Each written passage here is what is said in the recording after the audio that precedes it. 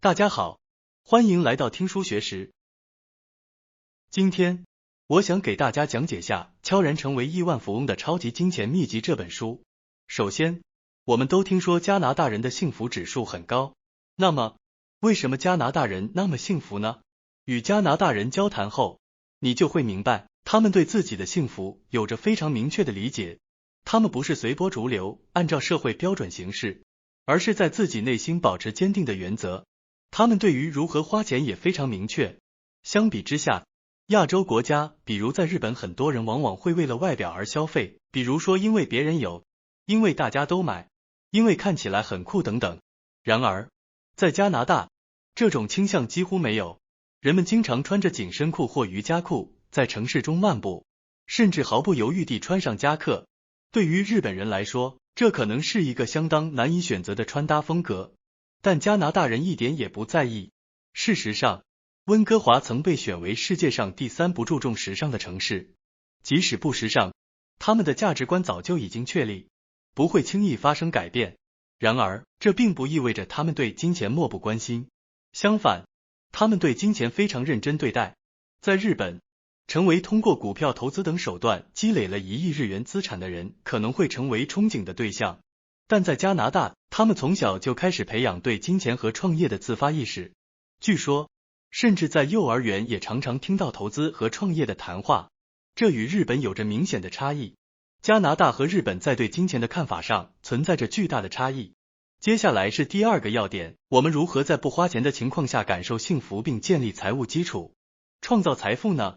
总体来说，我们要追求自己的幸福，建立起节约、储蓄和投资的循环，并保持这个良性循环，而且不必勉强自己。为了做到不勉强，关键是要享受，而不是感到痛苦和困扰。为了踏出这一步，首先需要明确自己认为什么是幸福的。一旦确定了自己想要的东西，就能避免把钱花在不必要的地方。这么做有2大好处。首先，每月的无谓支出都被削减，钱会自然而然的积攒起来。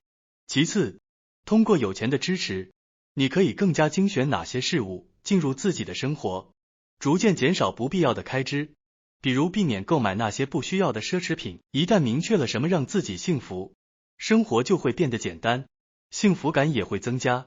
有一篇论文指出，人们感到幸福的时候，往往是在存在差距的时候。即使不花钱，也可以从这种差距中感受到幸福，不需要过于复杂的思考。例如，平时都是自己在家做饭，偶尔外出就餐就会感到幸福。根据日常生活水平的不同，对幸福的标准也会有很大的变化。即使我们不是大富豪，只要能够控制生活水平，我们也可以在适当的时候享受一些奢侈的幸福时光。加拿大人并非一直认真严肃。有人或许会认为能够坚持储蓄的加拿大人是认真的，因为他们能够持之以恒的积攒财富。但是，是否因为加拿大人认真，所以才能积攒财富呢？实际上，这是一个相当大的误解。与日本人相比，很少有加拿大人觉得他们必须不断努力工作，他们不会做他们不想做的事情。在日本，如果老板在下班前要求你做一些事情，即使很忙，大多数人也会答应。然而，在加拿大，他们通常会毫不犹豫的拒绝。这是因为大家都希望早点回家，所以没有人会考虑通过慢慢工作来赚取加班费。尽管这些差异可以归因于雇佣条件和文化的不同，但认为加拿大人在生活中清楚知道什么对他们来说是重要的，不仅仅是金钱，还有时间。这是值得其他国家人学习的态度。他们不做不喜欢的事情。这样的生活方式强调了个体的自由和对生活的明确认知。在日本，我们往往在工作中忙碌于完成上级交代的任务，甚至在加班时也表现得非常勤奋。然而，在这一过程中，我们或许会忽略了生活中其他重要的元素，比如自己的时间和兴趣。加拿大人的这种生活态度提醒我们要更加关注自己的需求，包括时间的安排和对生活的品味。因此，与其说加拿大人是因为认真而能够积攒财富，不如说他们通过拒绝那些对他们来说无意义的事情，更加聚焦于生活中真正重要的方面。这种对待时间和金钱的理性看待方式，或许是我们可以从加拿大人身上学到的宝贵态度。下一个要点是成功人士常有的习惯之一，那就是对早晨时间的重视。在这个习惯中，我们可以看到成功人士对于一天的开始有着特别的关注。早晨通常被认为是一个属于个人的宝贵时段，这段时间可以被巧妙地用来专注于自我。重视早晨的时间对于提高生产力来说是不可或缺的，不早起可能会导致自身潜力的浪费，这是非常可惜的事情。有研究表明，人们需要大约18天的时间来养成新的习惯，因此首先尝试在早晨保持专注的习惯，至少18天吧。这段时间足够让我们逐渐适应这一新的生活方式。此外，关于睡眠，不仅要注重睡眠时长，更要关注睡眠质量。晚上10点到凌晨2点被认为是睡眠的黄金时间，这段时期更容易获得充分的休息，因此建议每晚至少睡7小时，尤其是要跨越夜间睡眠的黄金时间段，以确保获得高质量的休息。这样做不仅有助于保持身体的健康，还有助于提高精神状态，为新的一天注入更多活力。第3个要点是关于每周3次的肌肉锻炼，这一点就像投资一样，只要坚持不懈，就能得到回报。肌肉锻炼并非仅仅是为了追求好身材，更是为了未来老年时能够灵活运动做准备。在日本，根据厚生劳动省的数据，由于缺乏运动导致的死亡人数仅次于吸烟和高血压，居第3位，每年高达5万人。这个数字令人震惊，但却反映了现代生活方式中对运动的忽视，特别是在新冠疫情后，远程工作的普及使得通勤和下班成为许多人唯一的运动场所。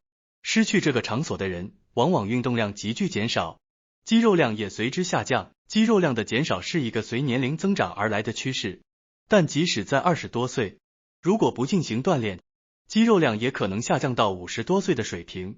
更令人担忧的是，缺乏运动容易导致情绪低落，因此每周3次的肌肉锻炼被推荐给平时不运动的人。这个频率的选择并非随意，因为每天锻炼反而不利于高效增加肌肉。